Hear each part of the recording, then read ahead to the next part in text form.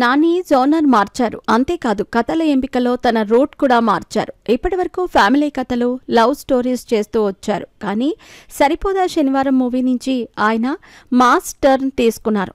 Mass హీరోగా నిలబడే ప్రయత్నం చేస్తున్నాడు. అందుకే మాస్ కమర్షియల్ చిత్రాలు చేస్తున్నాడు.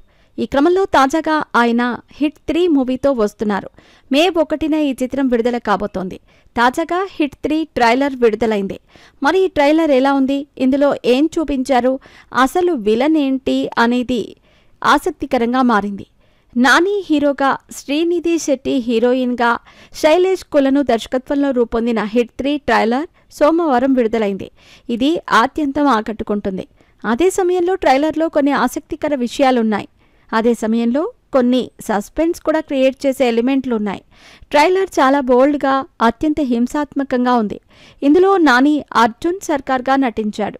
ఆయన జనాల మధ్యన ఉంటే అర్జున్గా, క్రిమినల్స్ మధ్యన ఉంటే సర్కార్గా కనిపిస్తాడట. ఐపీఎస్ అయిన అర్జున్ సర్కార్ జమ్మూ కాశ్మీర్లో పనిచేస్తాడు. ట్రాన్స్ఫర్ మీద తెలుగు స్టేట్స్కి వస్తాడు. ఇక్కడ క్రైమ్ రేట్ పెరిగిన నేపథ్యంలో డీల్ చేయటానికి అర్జున్ బెస్ట్ చాయిస్ అని డిపార్ట్మెంట్ భావిస్తుంది.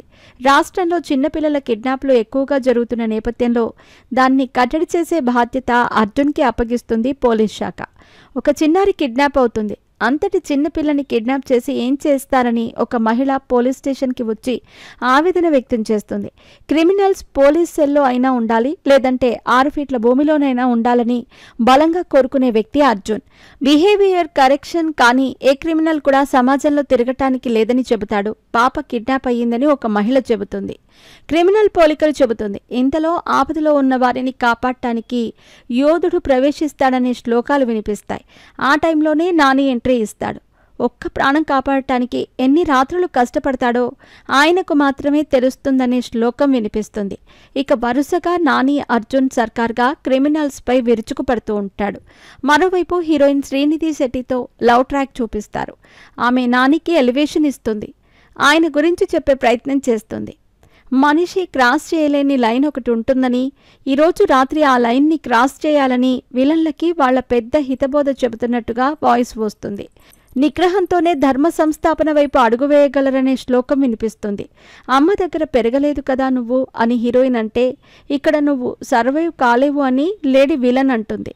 దీంతో ఆ లేడీ విలన్ని నాని పొడిచి కెరీర్ బిగినింగ్ నుంచి వింటున్న ఈ మాట అని తన రియల్ లైఫ్కి ముడిపెట్టి నాని చెప్పిన తీరు ఆకట్టుకుంటుంది.